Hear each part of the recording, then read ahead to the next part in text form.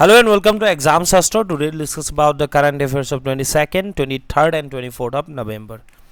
तो ये रहे हमारे कोर्सेस जो अभी फ़िलहाल चल रहा है. अगर आप लोग को इसके रिलेटेड कोई भी क्वेरीज है तो आप लोग कांटेक्ट कर सकते हैं.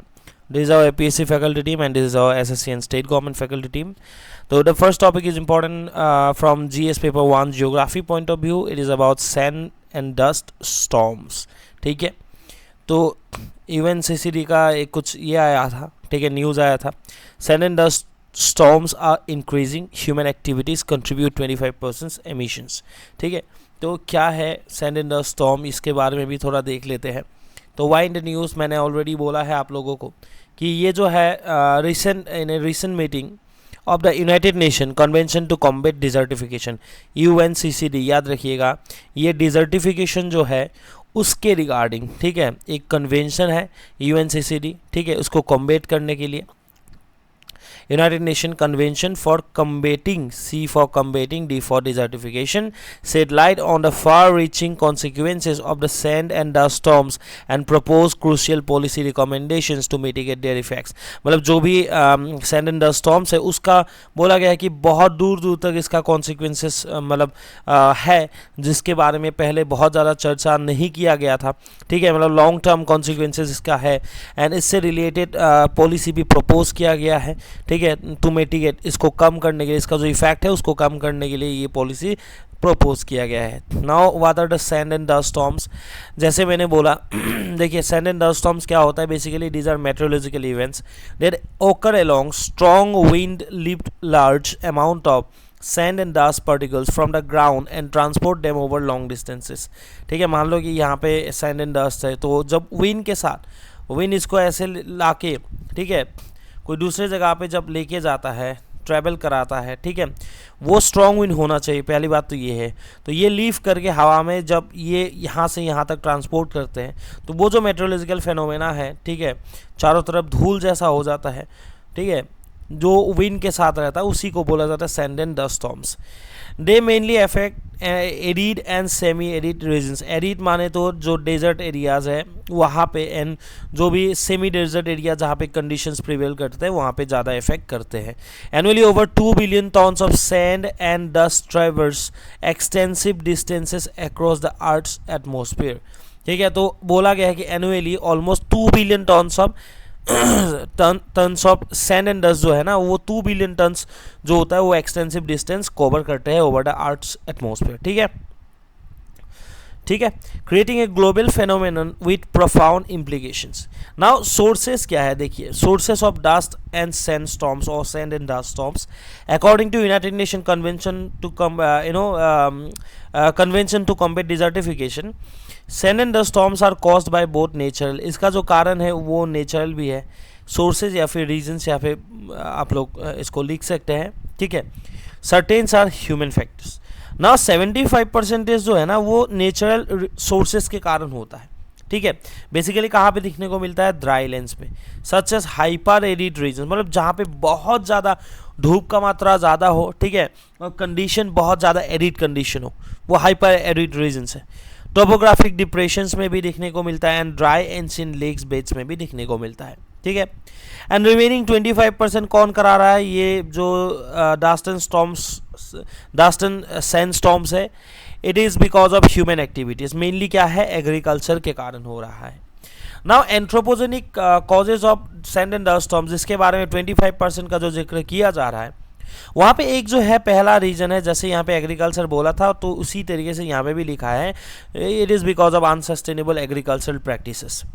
तो ये पहला कारण है. Agriculture stands as a primary anthropogenic source activities like tillage, land clearing and abandon croplands contributing to dust emissions. ठीक है, तो लैंड यूज चेंजेस के कारण भी ये हो रहा है. Alteration of land use pattern including deforestation and urbanization, ठीक है, contribute to destabilization of surfaces. तो हमारे जो आर्ट सरफेस होते हैं उसको अगर लैंड यूज चेंज के कारण क्या होता है, डिस्टेबिलिटी होता है. ठीक है, एंड डिस्टेबिलिटी मान लीजिए हो गया, कुछ एरिया को क्लियर किया गया, फॉरेस्ट एरिया था पहले उसको क्लियर किया गया ना, उसको ऐसे ही छोड़ दिया गया, कुछ डेवलपमेंटल प्रोजेक्ट के लिए वो किया गया था.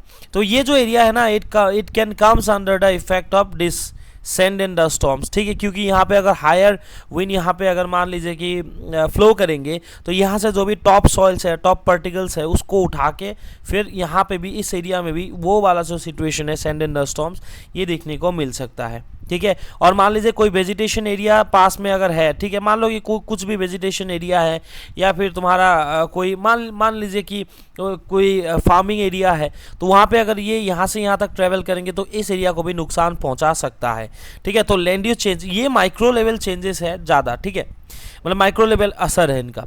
वाटर डाइवर्जन के कारण तो होता ही है, ठीक है। तो excessive diversion of water from rivers for agricultural purpose can lead to the shrinkage of water bodies creating new source of sand and dust storms. तो मान लो कि एक नदी यहाँ से बहती हुई आ रही है, किसी कारण से डायरेक्शन चेंज करा दिया गया, तो इस साइड जो है ना, जिस साइड पहले जिस साइड से ऐसे करके मान लो कि ये बड़ा नीचे एक नदी है, तो यहाँ पे आ रही थी ये नदी ऐसे करके, तो इसका चेंज करा के यहाँ तक एक डाइवर्जन किया गया, तो ये वाला जो एरिया है ना ये तो सूख जाएगा ना। सूखने के बाद क्या होगा, वहाँ पे सेम है, लाइक इट विल एक्सपोज्ड, ठीक है। जहाँ पे क्या हो सकता है, उसके बाद क्या हो सकता है, जैसे मान लो कि यहाँ पे भी ड्राई कंडीशंस रहेंगे तो टॉप सॉइल इरोड हो सकता है, विंड के कारण सैंड एंड डस्ट स्टॉर्म्स हो सकता है। तो ये एरिड लेक्स के रिगार्डिंग भी देखने को मिलता है, but this is not because of natural factors, this is because of anthropogenic factors, क्योंकि वाटर डिवाइड किया गया, वाटर को डाइवर्जन किया गया है, नॉट डिवाइड, सॉरी, ठीक है। तो इस तरीके से कई सारे रीजंस के कारण ये होता रहता है। नाउ इम्पैक्ट जो है, देखिए एनवायरमेंटल इम्पैक्ट तो होगा ही। इम्पैक्ट क्या है, sand and dust storms strip away fertile top soil. एक तो मालूम है, मैंने बोला था कि टॉप सॉइल इरोड करके लेके जाता है, तो सॉइल डिग्रेडेशन होगा, सॉइल क्वालिटी एंड फर्टिलिटी पे असर करेगा, ठीक है। एंड एज ए होल जो है आपका जो है टॉप सॉइल अगर इरोड हो गया, इट अफेक्ट्स वाटर रिटेंशन, तो water retention and nutrient availability भी नहीं रहेंगे, तो ये जो हो गया सॉइल डिग्रेडेशन होता है। दूसरा जो है इकोसिस्टम डिस्ट्रप्शन हो सकता है, क्योंकि स्टॉर्म जो है वो इकोसिस्टम को ऑल्टर कर सकता है। बेसिकली मान लीजिए कोई वेजिटेशन एरिया है, उसको भी असर कर सकता है, तो वहाँ पे अगर कोई एक मान लीजिए कि पहले इकोसिस्टम, माइक्रो लेवल इकोसिस्टम जो भी रहता है ना, उस पर असर कर सकता है, ठीक है। और एक बात है कि इन्वेजिव स्पेसीज अगर इसी स्टॉर्म में साथ साथ में आके कोई एक नया इकोसिस्टम में, मतलब जो नया इकोसिस्टम इनके लिए नया इकोसिस्टम, लेकिन कोई एक नेटिव इकोसिस्टम में आ जाता है, ठीक है, तो असर कर सकता है। तो वहाँ पे क्या हो सकता है, वो जो वो जो इकोसिस्टम है, ठीक है, तो नेटिव स्पेसीज को नुकसान पहुंचा सकता है, तो बायोडाइवर्सिटी लॉस होगा। तो इसी तरीके से मतलब एनवायरमेंटल इम्पैक्ट, सॉइल डिग्रेडेशन दूसरा है जो आपका इकोसिस्टम डिस्ट्रप्शन, ठीक है।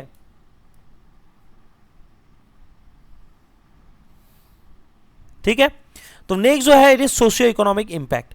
सोशियो इकोनॉमिक इम्पैक्ट में देखिए एक जो है हेल्थ इफेक्ट्स, कैसे है, रेस्पिरेटरी हेल्थ इश्यूज हो सकता है, एलर्जी भी हो सकता है, अगर मतलब लोगों को लोग अगर स्टॉर्म में डायरेक्टली इम्पैक्ट करते हैं अगर स्टॉर्म, तो ये असर हो सकता है। दूसरा जो है इकोनॉमिक लॉसेस, जैसे आपका है कि एग्रीकल्चर में अगर मान लीजिए कोई एक एग्रीकल्चर एरिया है, वहाँ पे अगर सैंड एंड डस्ट स्टॉर्म होता है तो यहाँ पे वो तो एग्रीकल्चर में असर करेगा ही, ठीक है। ट्रांसपोर्टेशन डिस्ट्रप्शन हो सकता है, इंफ्रास्ट्रक्चर डैमेज हो सकता है, तो ये सब हो सकता है। सोशल डिस्ट्रप्शन कैसे है, disrupted daily life due to this storms can lead to social unrest, migration हो सकता है, डिस्प्लेसमेंट हो सकता है, ठीक है। तो ये बेसिकली हम लोग ज़्यादा रिलेट नहीं कर पाते हैं, लेकिन जो साहेल रीजन है या फिर जो सब सहारान रीजन है वहाँ पे ये सब इश्यूज बहुत ज़्यादा है, जिसके कारण सोशल डिस्ट्रप्शन भी होता है। इकोनॉमिक हेल्थ तो वो तो होगा ही, ठीक है, माइग्रेशन करना पड़ जाता है लोगों को, कोई एग्रीकल्चर फील्ड ही नहीं बचेगा तो खेती कहाँ पे करेंगे, लोग किसके ऊपर डिपेंड होंगे, वो तो नहीं हो पाएंगे ना, तो यही प्रॉब्लम है। एनवायरमेंटल सोशियो इकोनॉमिक इम्पैक्ट्स की बात आता है ग्लोबल इम्प्लीकेशंस। देखिए ट्रांस बाउंड्री इम्पैक्ट इसका पहला रीजन है, ठीक है। Sand and dust storms do not adhere to geopolitical boundaries, ठीक है, इनको तो पता नहीं है ना जियोपॉलिटिकल बाउंड्री कहाँ है। They can cross borders affecting multiple countries and climate feedback. The transportation of dust particles globally due to these storms can influence climate feedback loops, impacting weather patterns and potentially contribute to climate change, ठीक है। Now यहाँ पे जो है primary what are the effective ways to minimize the impact of sand and dust storms. यहाँ पे बहुत सारे मेजर्स हैं। एक है प्रिवेंटिव मेजर्स, ठीक है, ये डिजास्टर मैनेजमेंट का पार्ट आ जाता है। दूसरा है प्रिपेयर्डनेस, ठीक है। सो ऐसे भी कर सकते हैं, preparedness, preventive and mitigation measures. Now preventive measures में क्या हो सकता है, सॉइल मॉइस्चर मैनेजमेंट हो सकता है, ठीक है। इफेक्टिव तरीके से अगर वाटर कंजर्वेशन मेथड के चलते अगर सॉइल मॉइस्चर रिटेन कर पाए, ठीक है, तो it can prevent desertification. Desertification नहीं होगा तब क्या होगा, विंड आने से भी डस्ट एंड सैंडस्टॉर्म नहीं बन पाएंगे। दूसरा जो है इसको प्रिवेंट करेंगे, ठीक है, रेगुलेटरी फ्रेमवर्क होना चाहिए to curb activities leading to soil degradation and dust emissions, ठीक है। मान लीजिए कि ओवर ग्रेजिंग हो रहा है कहीं पे, तो इसको बंद करने के लिए कुछ रेगुलेटरी फ्रेमवर्क होना चाहिए। ये प्रिवेंटिव मेजर्स हो गया। तीसरा जो है eco friendly practices. Now agro forestry भी लगाया जा सकता है, ठीक है, कंट्रोल प्लाउइंग लगाया जा सकता है to preserve soil structure and reduce wind erosion.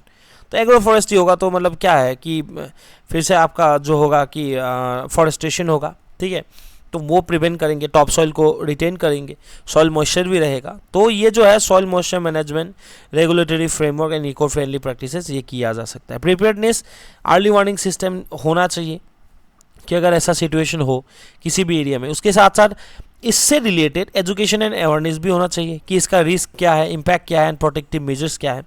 तीसरा जो है emergency response plan, providing shelter. अगर मान लीजिए हो गया, डिस्ट्रैक्शन हो गया, तो उसी time shelter, medical care and support for the affected communities ये तो होना चाहिए ना। These are called preparedness phase, ठीक है, this comes under preparedness phase. Early warning system, उसके बाद आपका कम्युनिटी प्रिपेयर्डनेस एंड अवेयरनेस, ठीक है, उसके साथ साथ इमरजेंसी रिस्पॉन्स प्लान, ठीक है। फिर आता है मिटिगेशन स्ट्रेटेजीज।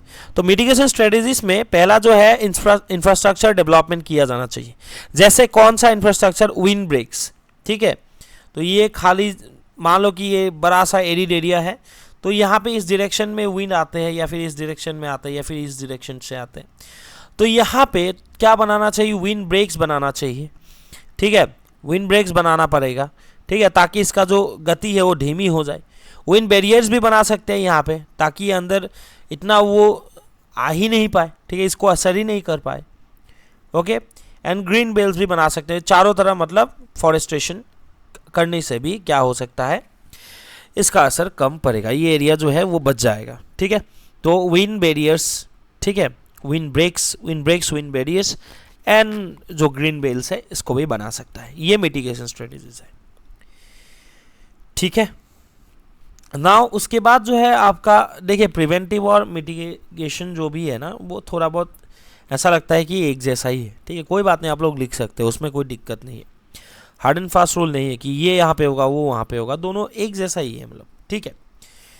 तो उसके बाद जो है टेक्नोलॉजिकल सॉल्यूशन। टेक्नोलॉजिकल सॉल्यूशन कैसा है, researching and investing in innovative technologies for dust suppression and soil stabilisation, ठीक है, ये भी हो सकता है, okay. So soil moisture management under preventive measures along with regulatory framework. किसी भी अगर कुछ इशू हो रहा है, ओवरग्रेजिंग हो रहा है, इम्प्रॉपर लैंड डेवलपमेंट हो रहा है, तो वो रेगुलेटरी फ्रेमवर्क होना चाहिए। इको फ्रेंडली प्रैक्टिसेस जैसे एग्रो फॉरेस्ट्री कराना पड़ेगा। प्रिपेयर्डनेस में early warning system, educating the communities और अवेयरनेस बिल्डिंग, ठीक है। उसके बाद इमरजेंसी रेस्पॉन्स प्लान्स और सपोर्ट होना चाहिए। इमरजेंसी रेस्पॉन्स प्लान्स, ठीक है, इमरजेंसी रेस्पॉन्स प्लान में मैंने ऑलरेडी बात किया है, शेल्टर, मेडिकल केयर एक्सेट्रा होना चाहिए। साथ में मिटिगेशन स्ट्रेटेजीज होना चाहिए, जहाँ पे green belts, wind breaks and barriers होना चाहिए। Now next जो है it is about UNCCD, United Nations Convention to Combat Desertification. It is the only legally binding framework set up to address desertification. Desertification से related it is the only legally binding framework. ठीक है, सबको मानना पड़ेगा, हर एक country को। 197 parties है, ठीक है, टू द कन्वेंशन। इस कन्वेंशन में इंक्लूडिंग 196 कंट्री एंड एक कौन सा यूनियन है, यूरोपियन यूनियन है। तो लगभग दुनिया के हर कोई देश यहाँ पे है, ऑलमोस्ट एवरी कंट्री यहाँ पे है। The convention based on the principles of participation, partnership and decentralization, ठीक है, PPD, participation, partnership and decentralization, ठीक है, participation, partnership and decentralization. It is a multilateral commitment to mitigate the impact of land degradation and protect our land so we can provide food, water, shelter and economic opportunity to all the people. Land protect होगा तो हमारे हर कोई काम करने में food से लेके economic activity तक, शेल्टर से लेके वाटर तक सब कुछ मिल पाएगा। The convention addresses specifically the arid, semi arid and dry humid areas. तो बेसिकली कि कौन से एरियाज के लिए स्पेसिफिकली ये कन्वेंशन लाया गया था? फॉर एरिड, ठीक है, सूखा जो एरिया है, सेमी एरिड एंड ड्राई सब humid areas or regions known as drylands where some of the most vulnerable ecosystem and peoples can be found in this world. So it was all about sand and dust storms. बहुत अच्छे से इसके बारे में हम लोगों ने discuss किया है, आप लोग इसके बारे में नोट्स बनाइए। सेकंड टॉपिक वो भी क्लाइमेट से रिलेटेड है, it is about global warming. देखिए ग्लोबल वार्मिंग क्या है? ग्लोबल वार्मिंग आप सभी को मालूम है कि इट इज़ ए फेनोमेना, ठीक है। तो अब gradual increase in the temperature near the earth surface, ये क्यों आया था न्यूज़ में? क्योंकि इंडियन मेट्रोलॉजिकल डिपार्टमेंट जो है it calls for immediate steps to tackle global warming, ठीक है। तो इससे रिलेटेड एक आर्टिकल आया था, आसाम ट्रिब्यून में था। It is important from GS paper 3 environment point of view, ठीक है। सो ज्योग्राफी में भी आता है, जीएस पेपर 1 का भी ये पार्ट है। नाउ ये जो है मतलब gradual increase in the temperature near the earth surface, इसको ही क्या बोलते हैं हम लोग? Global warming. एंड ये जो फेनोमेना है it has been observe over the past 1 और 2 सेंचुरीज, ये पिछले 1-2 सेंचुरी से, 200 साल, 100 साल, 200 साल से ही, ठीक है, 100-200 साल से ही ये फेनोमेना ऑब्जर्व किया जा रहा है कि धीरे धीरे जो टेम्परेचर है वो बढ़ा है, ठीक है। The climate change disturb the climatic pattern of the earth, ठीक है। तो बेसिकली क्लाइमेट चेंज में क्या आता है? एक जो है आपका ग्लोबल वार्मिंग आता है, क्लाइमेट चेंज का जो एस्पेक्ट है। दूसरा जो आता है कि क्लाइमेटिक पैटर्न जो है अर्थ का वो आ जाता है, जो इरेगुलर पैटर्न हो रहा है। तो इससे पता चलता है कि क्लाइमेट चेंज हो रहा है। ना कॉजेज ऑफ ग्लोबल वार्मिंग के बारे में बात किया जाए, एक जो है आपका मैन मेड कॉजेज, डिफॉरेस्टेशन इसका पहला जड़ है, ठीक है। तो हम सभी को मालूम है कि ऑक्सीजन हम लोग को कहाँ से मिलता है? प्लांट से मिलता है। And they take carbon dioxide and release oxygen, they by maintaining environmental balance. ना फॉरेस्ट अगर इतना ज़्यादा मात्रा में डिफॉरेस्टेशन किया जा रहा है, डिप्लीशन हो रहा है फॉरेस्ट का, उससे क्या हो रहा है? एक जो है हमारा इकोसिस्टम तो बर्बाद हो ही रहा है, एक एनवायरमेंटल इम्बैलेंस हो रहा है। क्योंकि जिस हिसाब से हम लोग कार्बन डाइऑक्साइड को एमिट करते हैं उसको लेने के लिए अभी क्या नहीं है? पेड़ पौधा नहीं है जैसे पहले हुआ करता था। और कार्बन डाइऑक्साइड का अगर मान लीजिए इसका मात्रा अगर बढ़ेगा, ठीक है, इसको अगर एब्जॉर्ब नहीं करेगा तो इसका एक कैपेसिटी क्या है? हीट एब्जॉर्ब करने का कैपेसिटी है, ठीक है। तो इसीलिए क्या हो रखा है कि डिफॉरेस्टेशन के कारण, क्योंकि कार्बन डाइऑक्साइड जो पहले फॉरेस्ट के द्वारा लिए जाते थे, ठीक है, प्लांट्स के द्वारा लिए जाते थे, ये अभी उतना नहीं लिया गया है बिकॉज ऑफ डिफॉरेस्टेशन। एंड इसका जो क्वालिटी है टू एब्जॉर्ब हीट, इसके कारण भी ग्लोबल वार्मिंग हो रहा है। दूसरा जो यूज ऑफ व्हीकल्स, जिससे व्हीकल से हम लोग क्या करते हैं? फॉसिल फ्यूल के द्वारा हम लोग व्हीकल चलाते हैं, उससे क्या होता है? कार्बन डाइऑक्साइड एमिट होते हैं, अदर जो टॉक्सिन जो है, ठीक है, टॉक्सिन जो है एटमॉस्फेयर में रिलीज होता है, which can resulted in temperature increase. उसके बाद जो है CFC, chlorofluorocarbon, with the extensive use of air conditioners and refrigerators, human have been adding CFCs into the environment. ये जितने भी है ना कार्बन डाइऑक्साइड, CFC, ये सब का जो क्वालिटी है ना यही है हीट एब्जॉर्ब करने का, इसीलिए ग्लोबल वार्मिंग हो रहा है। लेकिन कारण क्या क्या है अगर पूछा जाए तो डिफॉरेस्टेशन है, यूज ऑफ व्हीकल्स है, क्लोरोफ्लोरोकार्बन, क्योंकि use of air conditioners and refrigerators हम लोग के द्वारा किया जा रहा है। The ozone layer protects the earth surface from the harmful ultraviolet rays emitted by the sun. ये हम सभी को मालूम है। ओजोन जो है, ओजोन का काम क्या है? जो यूवी रेज है ना उसको प्रोटेक्ट करते हैं। लेकिन the CFC have led to ozone layer depletion, और CFC बढ़ने के कारण क्या हो रहा है? वही ओजोन लेयर डिप्लीट हो रहा है, ठीक है, जिससे अल्ट्रावायलेट रेज को रास्ता दिया गया है अर्थ सरफेस तक आने के लिए, एंड टेम्परेचर इसीलिए भी बढ़ रहा है। उसके बाद जो है आपका इंडस्ट्रियल डेवलपमेंट, वहाँ से भी क्या हो रहा है? कई सारे गैसेस एमिट होते हैं, हार्मफुल एमिशन होते हैं फैक्ट्रीज में, जो बाद में जाके क्या कराता है? टेम्परेचर इंक्रीज इसके लिए भी होता है। I think it is clear, ठीक है। नाउ इससे रिलेटेड कुछ कन्वेंशंस हैं, मतलब हमारे एनवायरनमेंट से रिलेटेड कुछ कन्वेंशंस हैं, ठीक है ना। ये कन्वेंशंस क्या है उसके बारे में भी देखना है। ग्लोबल वार्मिंग या फिर क्लाइमेट चेंज से रिलेटेड भी कन्वेंशंस है। तो जो कोई भी कन्वेंशन अगर हो, ये क्या होता है? इंटरनेशनल कन्वेंशंस या फिर एनवायरमेंटल कन्वेंशन, ये लीगली बाइंडिंग एग्रीमेंट्स होते हैं नेगोशिएटेड अमंग गवर्नमेंट्स, ठीक है, to takes actions together and combat और mitigate a global environmental threat, reaching an agreement to take such actions among sovereign nations with diverse interests is no small feat. Now what is climate change से related कौन सा convention है? It is United Nation framework convention on climate change, जिसको short form में बोला जाता है UNFCCC, ठीक है, CCC sorry, United Nation framework convention on climate change. तो United Nation framework convention on climate change shortly UNFCCC, ठीक है, ये जो UNFCCC है इट वाज साइंड इन 1992। इसको कब साइन किया गया था? By the world countries. कहाँ पे किया गया था? At United Nation conference on environment and development, ठीक है। सो UNCED में, ठीक है, जो हुआ था रियो डी जेनेरियो में, ठीक है, जिसको रियो कॉन्फ्रेंस के नाम से भी जाना जाता है, जिसको आर्ट समिट के नाम से भी जाना जाता है।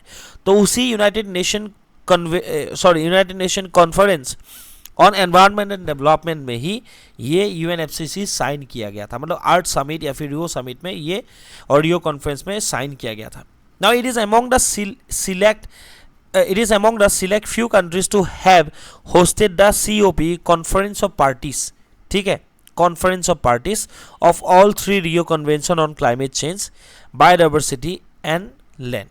तो क्या হয় যে এইটো जस्ट ए मिनट, ठीक है, तो क्या बोला गया है कि India is among the select few countries, India जो है वो गिनी चुनी कंट्रीज में से है, to have hosted the conference of parties of all 3 Rio convention. Rio de Janeiro में बेसिकली 3 कन्वेंशन लिया गया था, ठीक है। एक जो है जिसके बारे में ऑलरेडी हम लोगों ने बात किया है, क्लाइमेट चेंज से रिलेटेड है, it was United Nation framework convention on climate change. दूसरा जो है UNF, United Nation framework convention of biodiversity, ये जो है CBD ऑन बायोडाइवर्सिटी।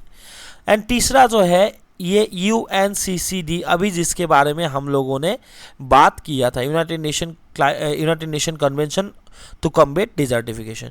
तो UNFCCC, उसके बाद CBD एंड UNCCD, ये तीनों कन्वेंशन, ठीक है, तीनों कन्वेंशन का पार्ट कौन है? इंडिया है, ठीक है। India is among the select few countries to have hosted the conference of parties of all the 3 Rio convention. तो उसी रियो कन्वेंशन में ही 1992 में 3 लिया गया था, ठीक है, रियो कॉन्फ्रेंस में ही। तो 3 कन्वेंशंस लिए गए थे, एक क्लाइमेट के ऊपर, दूसरा है बायोडाइवर्सिटी के ऊपर, तीसरा जो है it was about desertification. UNFCCC entered into force in 1994। उसको तो एग्जैक्टली साइन किया गया था 1992 में, लेकिन वो it came into force in 1994 and has been ratified by 197 countries. याद है उसमें भी इतने ही सारे थे, ठीक है, UNCCD में। तो it is a parent treaty of the 2015 Paris agreement. जो 2015 में जो पेरिस एग्रीमेंट हुआ था, इसी का ये पेरेंट ट्रीटी भी बोला जा सकता है, माना जा सकता है। It is also the parent treaty of the 1997 Kyoto protocol. तो ये मेन है UNFCCC, ठीक है। The UNFCCC Secretariat, the UN Climate Change, is the United Nations entity tasked with supporting the global response to the threat of climate change. It is located in Bonn, Germany. UNFCCC का secretariat कहाँ पे है? Germany में है। Its objective is to achieve stabilization of greenhouse gas concentration in the atmosphere. UNFCCC का जो main जो मुद्दा है, मेन जो आपका ऑब्जेक्टिव है, इसका ऑब्जेक्टिव क्या है? जो ग्रीन हाउस गैसेस जो है, इसका जो कॉन्सेंट्रेशन हमारे एटमॉस्फेयर में है, इसको स्टेबिलाइज करके रखना है। ऐसा नहीं बोला गया इसको कम करें, कम कैसे होगा? नहीं होगा, लेकिन स्टेबिलाइज करके रखना है। It is the sole objective of UNFCCC, ठीक है। नाउ जब मैंने कॉन्फ्रेंस ऑफ पार्टीज के बारे में बात किया, तो कॉन्फ्रेंस ऑफ पार्टीज जो होते हैं ना, तो ये क्या है इसके बारे में भी देख लेते हैं। UNFCCC के अंदर ये जो कॉन्फ्रेंस ऑफ पार्टीज होते हैं, conference of parties basically they are apex decision making body, ठीक है, ऑफ द UNFCCC, ठीक है। UNFCCC अंतर्गत এটা কি হয়? এপেক্স ডিসিশন মেকিং বডি হয়। And the UNFCCC was formed in 1994 to stabilise the green house gas emissions, ठीक है। तो वही बात किया गया है। कॉन्फ्रेंस ऑफ पार्टी मेंबर्स, एकदम याद रखना, सीओपी कॉन्फ्रेंस ऑफ पार्टीज क्या है, एपेक्स डिसीजन मेकिंग बॉडी है अंडर यूएनएफसीसीसी, ठीक है, जो हर साल बैठते हैं और इससे रिलेटेड बातें करते हैं, ठीक है। कॉन्फ्रेंस ऑफ पार्टी मेंबर्स जो है, they have been meeting every year since the year 1995. As of 2019, the number of members countries in the UNFCCC has reached 197. United Nation convention on climate change में total कितने member countries है उस convention को जिसने sign किया है, 197 हो गया है 2019 तक, ठीक है। ये बढ़ा है पहले से, ठीक है। और इन लोग ना 1995 से 4 से इट कैम इनटू फोर्स, 1995 से ही ये लोग हर साल बैठते हैं, जिसको बोला जाता है कॉन्फ्रेंस ऑफ पार्टी मीटिंग ना। पहला कॉन्फ्रेंस ऑफ पार्टी जो है वो कब हुआ था, 1995 में ही हुआ था, जैसे मैंने यहाँ पे जिक्र किया। कहाँ पे हुआ था, बर्लिन जर्मनी में हुआ था। It was the first UNFCCC conference of the parties, okay. It voiced concern about the adequacy of countries' abilities to meet commitments under the Body for Scientific and Technical Advice and the subsidiary body for implementation. Conference of Party 1 agreed on activities implemented jointly for joint measures in the international climate action. ये पहला joint measures के लिए ये conference of party बुलाया गया था, ठीक है, मीटिंग बुलाया गया था, ठीक है, किस लिए, इंटरनेशनल क्लाइमेट एक्शन लेने के लिए। उसके बाद इंपॉर्टेंट जो है the conference of party number 21 COP 21 2015 में हुआ था पेरिस फ्रांस में, जिसको ही, ठीक है, Paris agreement on climate change भी बोला जाता है। इसी साल Paris agreement on climate change sign किया गया था, ठीक है, by the member countries. So ये जो पेरिस एग्रीमेंट है ये लीगली बाइंडिंग है हर एक कंट्री के लिए जो यूएनएफसीसीसी के मेंबर्स है। That was adopted in 2015 and it was adopted in UNFCCC COP 21. M क्या है इसका, एज ए होल यूएनएफसीसीसी का क्या है, ग्रीन हाउस गैसेस को स्टेबलाइज करना है, लेकिन इसका जो है to combat climate change and limit global warming to well below 2 degree Celsius above pre industrial levels with an ambition to limit warming to 1.5 degree Celsius. तो देखो इसका सरल सा ऑब्जेक्टिव क्या है, क्लाइमेट चेंज को कम्बेट करना है एंड जो ग्लोबल वार्मिंग है उसको लिमिट करना है। ग्लोबल वार्मिंग तो होगा, that is a natural phenomena, लेकिन इंडस्ट्रियल रिवॉल्यूशन से पहले जितने भी एवरेज टेम्परेचर हुआ करते थे, ठीक है, उससे जो भी एवरेज टेम्परेचर, इसको समझना है, ठीक है, एवरेज टेम्परेचर जो हुआ करता था उस टाइम में प्री इंडस्ट्रियल लेवल में, इंडस्ट्रियल लेवल से पहले ना, इस टाइम में जितना एवरेज टेम्परेचर था उससे ज़्यादा से भी ज़्यादा होगा तो कितना होगा, 2 डिग्री सेल्सियस से नीचे रखने का यहाँ पे एम्स एंड ऑब्जेक्टिव लिया गया है, ठीक है। यहाँ पे जितना था, मान लो कि यहाँ पे 15 डिग्री था, तो उससे 2 डिग्री ही ज़्यादा हो सकता है, या फिर बिलो 2 डिग्री सेल्सियस 17 डिग्री से नीचे ये टेम्परेचर रखने का ऑब्जेक्टिव लिया गया है। It is a hypothetical example, ठीक है, इसको सही मत समझ जाना, ठीक है। एंड बोला गया है कि 2 डिग्री सेल्सियस तो ठीक है, उससे कम तो ठीक है, लेकिन एम्बिशन क्या है, to limit the warming of the surface to 1.5 degree Celsius, ठीक है, 1.5 डिग्री सेल्सियस तक ही ये वार्मिंग होगा, इसको यहाँ तक ही लिमिट करना है, ऐसा पेरिस क्लाइमेट डील में डिस्कशन किया गया था, ऑब्जेक्टिव लिया गया था, ठीक है, मेजर्स लिया गया था।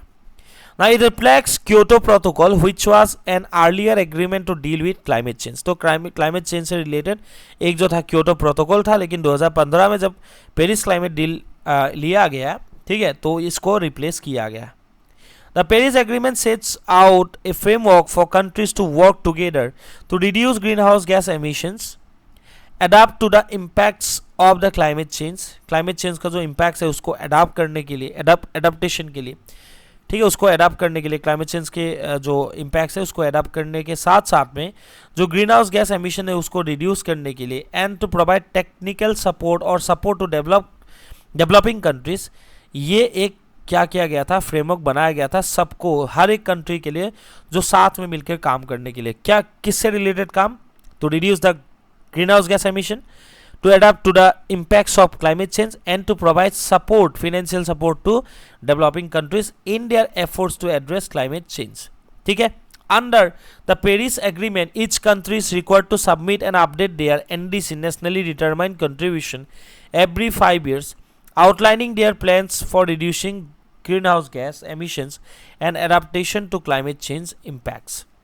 Now क्या बोला गया है कि क्लाइमेट चेंज का जो इम्पैक्ट्स है उसको कैसे अडॉप्ट करेंगे हर कोई एक कंट्री, कोई एक कंट्री, ठीक है, और ग्रीन हाउस गैस के एमिशन को कैसे रिड्यूस करेंगे उसके लिए हर एक कंट्री को मतलब उस नेशनलिटी के लिए एक डिटरमाइंड कंट्रीब्यूशन रखा जाना पड़ा, मतलब नेशनली डिटरमाइंड कंट्रीब्यूशन मतलब रखना मैंडेटरी किया गया कि हम लोग कितने सारे कैसे कितने साल में इसको कम करेंगे, और इसको ना अपडेट एवरी 5 years में करना पड़ता था according to the Paris climate agreement. NDCs are pledges made by countries to reduce their greenhouse gas emissions and to adapt to the impacts of climate change. ठीक है, तो यही था मेन जो मुद्दा है वो मैंने बोला है. इंडिया का NDC के बारे में, नेशनली डिटरमाइंड कंट्रीब्यूशंस के बारे में देखा जाए तो यहाँ पे क्या है ना, PM ने 5 प्लेजेस किए थे कि इंडिया जो है ना, India will increase its non fossil fuel energy capacity to 500 gigawatts by 2030. মানে নন ফসিল ফুয়েল মানে বেসিক্যালি যিবোৰ নবীকৰণযোগ্য সম্পদ আছে, ঠিক আছে, रिन्यूएबल एनर्जी सोर्स से हम लोग जो रिन्यूएबल एनर्जी सोर्स है हम लोगों का उसको कितना तक बढ़ा देंगे भाई, मतलब non fossil fuel energy capacity 500 gigawatt तक बढ़ा देंगे. That is a high ambitious target set by PM of India. And India will meet 50% of its energy requirement from renewable energy by 2030. 2030 तक हम लोग क्या करेंगे, 2030 आते आते हम लोग का जो 50% एनर्जी रिक्वायरमेंट है ना वो रिन्यूएबल एनर्जी से ही हम लोग लाएंगे, क्योंकि 500 गीगावाट तक हम लोग का प्लानिंग था. ठीक है, उसके साथ साथ India will reduce the total projected carbon emission by 1 billion tons from now to 2030.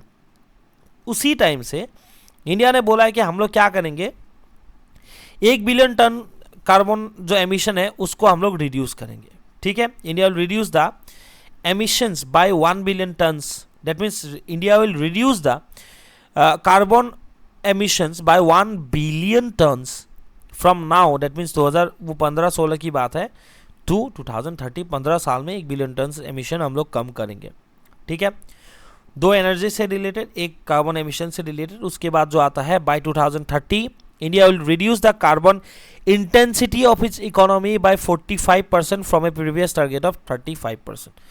ठीक है, जिसको बोला जाता है carbon intensity of its economy. तो हम लोग कितना कम करेंगे, 45% कम करेंगे.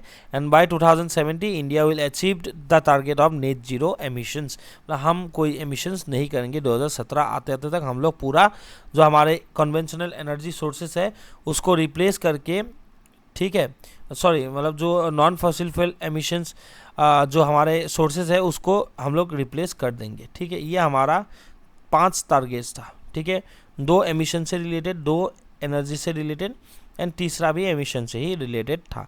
एक कार्बन इंटेंसिटी, एक जो है as a whole total carbon projected कितना हम लोग कम करेंगे, एंड उसके बाद जो है हम लोग नेट जीरो एमिशन तक आ पाएंगे. ठीक है, लेकिन पेरिस एग्रीमेंट जो हुआ था उसका रिपोर्ट हाल ही में आया है. देखते हैं कि क्या हुआ है. ये जो लिया गया था ये बहुत ज़्यादा सक्सेसफुल नहीं बन पा रहा है या फिर नहीं दिख रहा है, बिकॉज ऑफ यहाँ पे क्या दिख रहा है, inability to achieve climate related goals. After signing of the agreement the last 8 years 15 से 2022 तक they have consecutively been the warmest years on record globally. हर साल क्या हो रहा है, गर्मी का मात्रा दुनिया भर में बढ़ रहा है. लास्ट टाइम आप लोगों ने नोटिस किया होगा कि यूरोप में भी 38 डिग्री सेल्सियस 42 डिग्री सेल्सियस तक टेम्परेचर बढ़ा था. ठीक है, एंड 2021 जो था, ये 2022 जो था ये भी वार्मेस्ट ईयर इंडिया के लिए था. उससे पहले 2016 था. ठीक है, तो ये बढ़ा है धीरे धीरे. ठीक है, या पिछले साल 0. जो एवरेज जो होता है ना हमारा 0.5 डिग्री सेल्सियस इंडिया के एवरेज से ज़्यादा टेम्परेचर यहाँ पे रिकॉर्ड हुआ है. The situation could have been far worse if the La Nina weather events had not occurred in the past 3 years which has a cooling effect on the weather system. যদি লা নিনা নহ'লহেঁতেন তেতিয়াহ'লে আৰু গণ্ডগোল হ'লহেঁতেন. Globally updated nationally determined contribution NDCs to limit global warming to 1.5 degree Celsius have failed even to achieve 2 degree Celsius target. ये तो fail हुई, ये फेल ही हुआ है.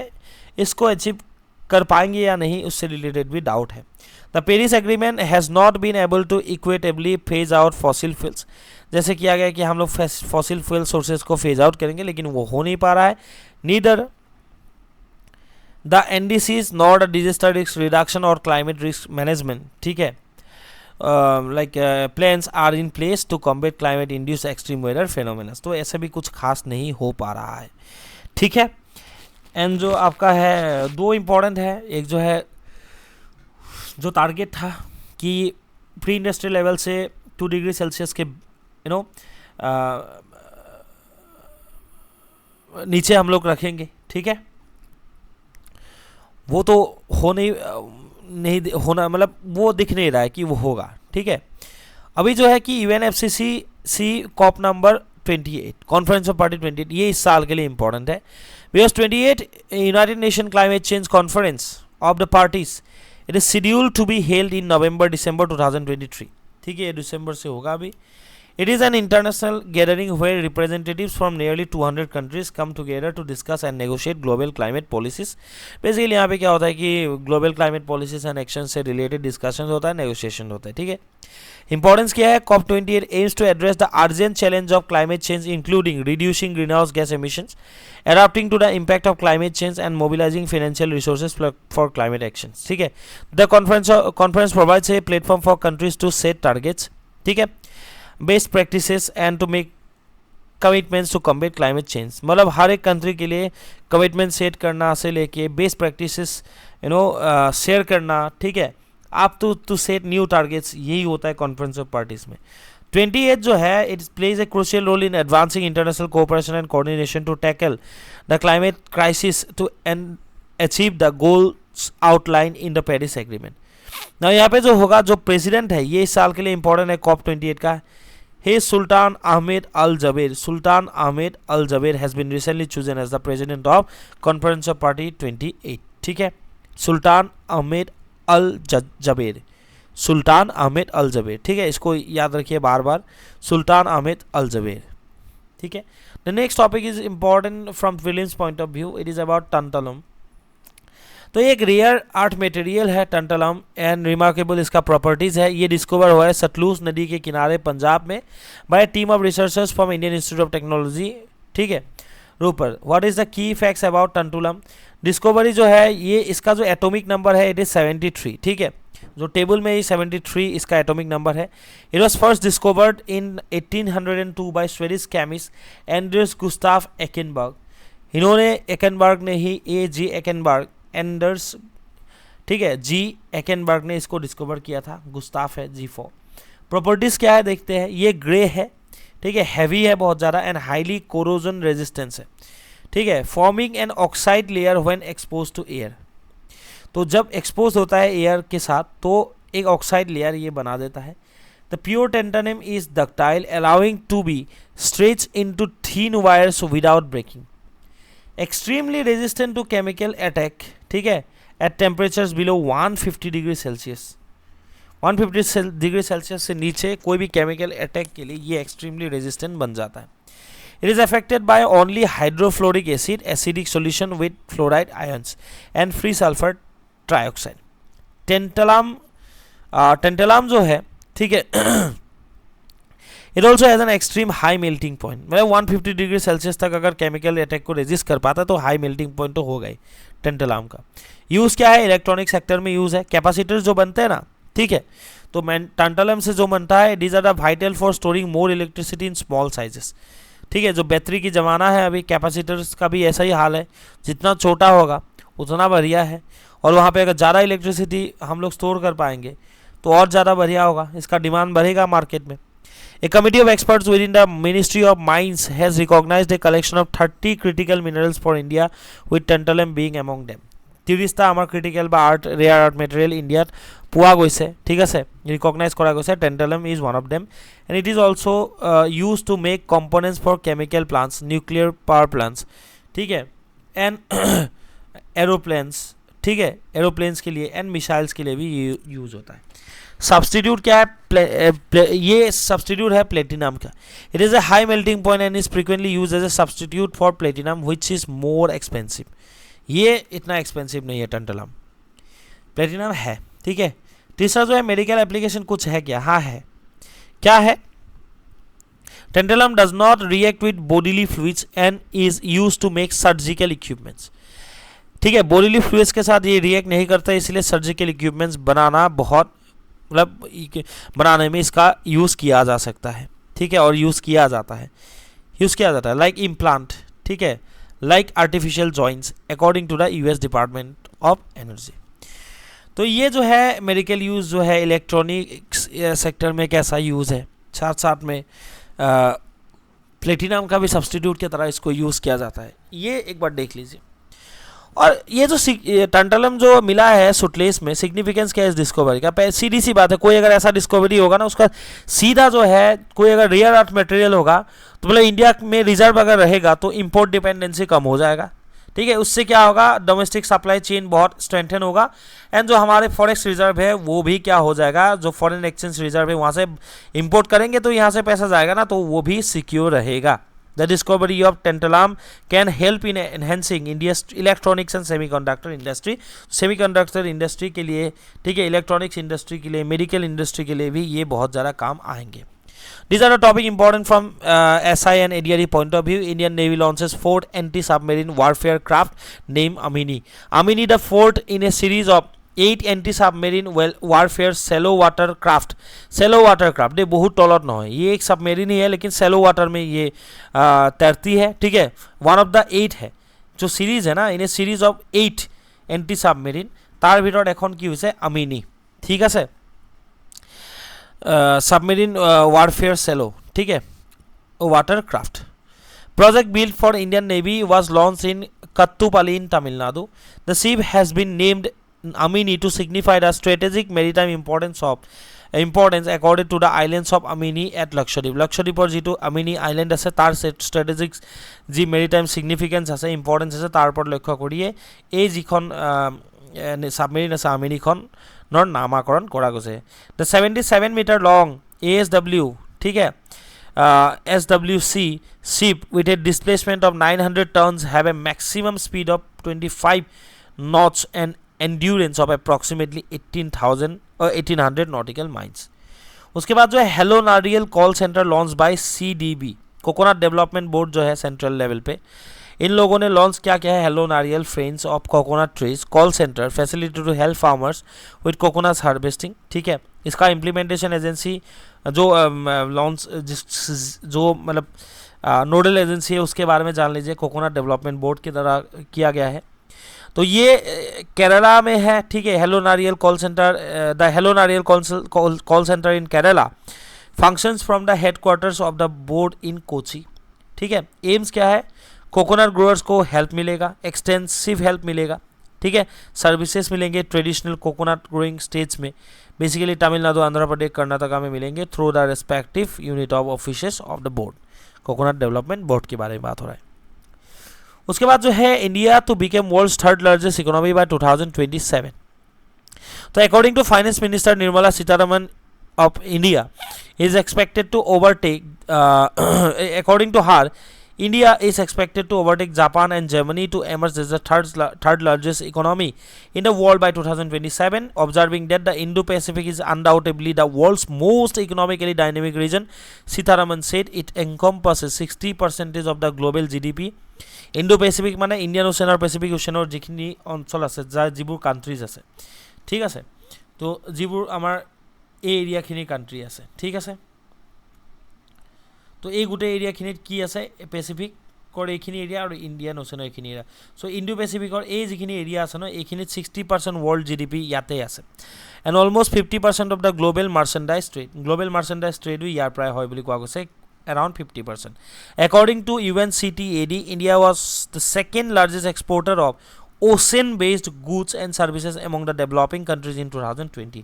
যিমানবোৰ ডেভেলপিং কাণ্ট্ৰিজ আছে তাৰ ভিতৰত ইণ্ডিয়া সেকেণ্ড লাৰ্জেষ্ট এক্সপৰ্টাৰ হয় কিহৰ, বেচিকেলি ओशन बेस्ड যিবোৰ গুডছ এণ্ড ছাৰ্ভিচেছ আছে সেইবোৰৰ। ठीक है, ठीक है, तो ये तो पहले पता नहीं, ये जो नेक्स्ट टॉपिक है वो पहले का ही है, वो इम्पोर्टेंट नहीं है। That's all for today, thank you for watching exam शास्त्र।